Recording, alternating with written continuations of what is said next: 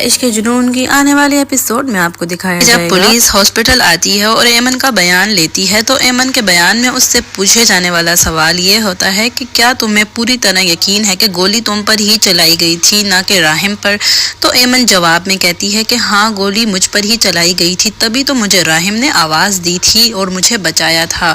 کاش گولی مجھ پر چلی گئی ہوتی اور راہم کو کچھ نہ ہوتا۔ وہیں دوسری طرف علی نواز کو لگتا ہے کہ ماہین نے یہ سب کچھ کروایا ہے اور وہ عافیہ سے کہتا ہے کہ یہ سب کیا دھرا ماہین اور اس کے باپ کا ہے، اور اگر میرے راہم کو کچھ ہوا تو میں ان کو چھوڑوں گا نہیں۔ تو آگے سے عافیہ کہتی ہے کہ اس وقت ہمارے راہم کی جان زیادہ ضروری ہے، نہ کہ ہم کسی سے دشمنی کریں، ہمیں پوری طرح معلوم نہیں ہے کہ یہ کس نے کیا ہے۔ ان کا ماموں جواب میں کہتا ہے کہ اس وقت ہمیں میر ذوالفقار سے کوئی بھی دشمنی کرنے کی ضرورت نہیں ہے، اس وقت ہماری خود بھی حالت کچھ ٹھیک نہیں ہے۔ علی نواز کہتا ہے کہ میرے لیے جو ہو سکا میں اپنے بیٹے کے لیے کروں گا، لیکن ویورز ہم سب کو تو پتا ہے کہ گولی اصل میں کس نے چلائی ہے اور کون ہے قصوروار۔ اس نے ایک بار دوبارہ ایمن پر مرڈر اٹیمپٹ کرنے کی کوشش کی، لیکن اس بار راہم نے اسے بچا لیا۔ راہم اس کا محافظ بن کر آ گیا۔ تو یہیں دوسری طرف ماہین گھر میں ٹینشن سے نکل جاتی ہے اور اس سے رہا نہیں جاتا، وہ راہم کو دیکھنا چاہتی ہے۔ جیسے ہی وہ ہاسپٹل راہم کو دیکھنے کے لیے پہنچتی ہے تو ماہین کا ٹکراؤ ہاسپٹل میں ایمن سے ہو جاتا ہے، لیکن ایمن کو جو کہ کچھ یاد نہیں ہوتا، تو اس لیے ایمن ماہین کو بالکل بھی نہیں پہچانتی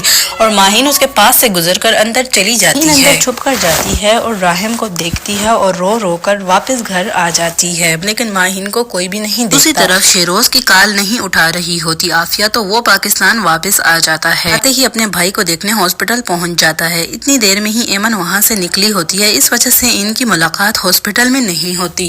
وہ اپنے بھائی کو دیکھ کر جب گھر جاتا ہے تو گھر میں کوئی بھی نہیں ہوتا اور صرف ایمن ہی ہوتی ہے۔